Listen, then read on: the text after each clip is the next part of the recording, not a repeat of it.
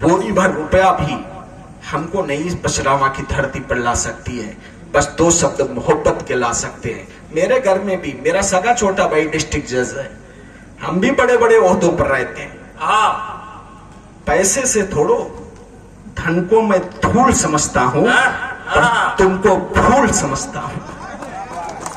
क्या बात है भैया, जिंदाबाद। पैसा क्या है? अरे जमा दिया भैया, जमा दिया। पैसे का कोई मूल्य है? इन कवियों को पैसे से थोड़ा लाया जा सकता है। सही बात। इन लोगों की औकात, जहां पर इनकी कविताएं खत्म होती है वहां पर लोग मोर का पंख रखते हैं। कहीं कवि की कविता आगे बीच में हम छूट न जाए एक पन्ना।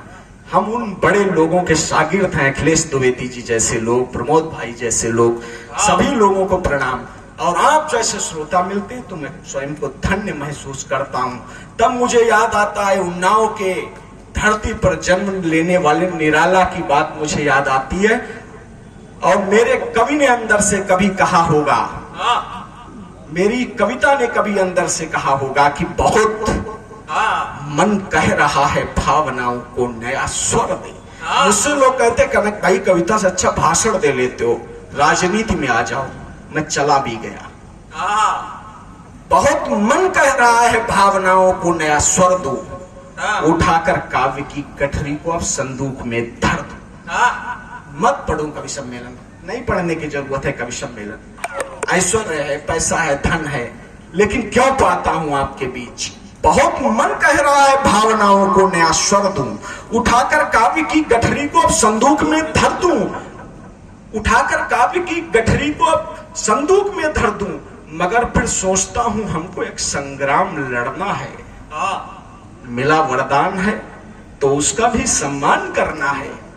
लड़ाई लड़नी हमको है विभूषित उस विदूषक से, उतरते अनवरत साहित्य ऐसे दुष्ट मूषक से। हमें करना है बाहर चुटकुले साहित्यशाला से, हमें नजरें उठाकर बात करनी है निराला से। बहुत मन कह रहा है भावनाओं को नया स्वर दूं, उठाकर काव्य की गठरी को अब संदूक में धर दूं। मगर फिर सोचता हूं हमको एक संग्राम लड़ना है। मिला वरदान जो है उसका भी सम्मान करना है। मिला वरदान जो है उसका भी सम्मान करना है। लड़ाई लड़नी हमको है विभूषित उस विदूषक से, कुतरते अनवरत साहित्य ऐसे दुष्ट मूषक से। हमें करना है बाहर चुटकुले साहित्यशाला से, हमें नजरें उठाकर बात करनी है निराला से, नहीं अवदान से। यह व्रत निहित श्रमदान से होगा, पड़ेगा कौन भारी फैसला मैदान से होगा। सोशल मीडिया देखने वाले लोग ज्यादा जिंदा बचेंगे कि किताबें पढ़ने वाले लोग ज्यादा जिंदा बचेंगे। अंधों को सुनाई देता है, अंधों को सुनाई देता है, लेकिन मन की कविता पढ़नी होती है तो ब्रेल लिपि से ही किसी कवि की कविता पढ़ सकते हैं। हम अंधों की भी नयन ज्योति होते हैं। एक कविता पढ़ता हूं छत्रपति शिवाजी महाराज पर 15-16 पंक्तियां, यह विश्वास के साथ कि बछरावा मुझे भले न याद रखे, इस कविता को याद रखेगा। प्रौढ़ पुरंदर हिंदुपति कुलाधिपति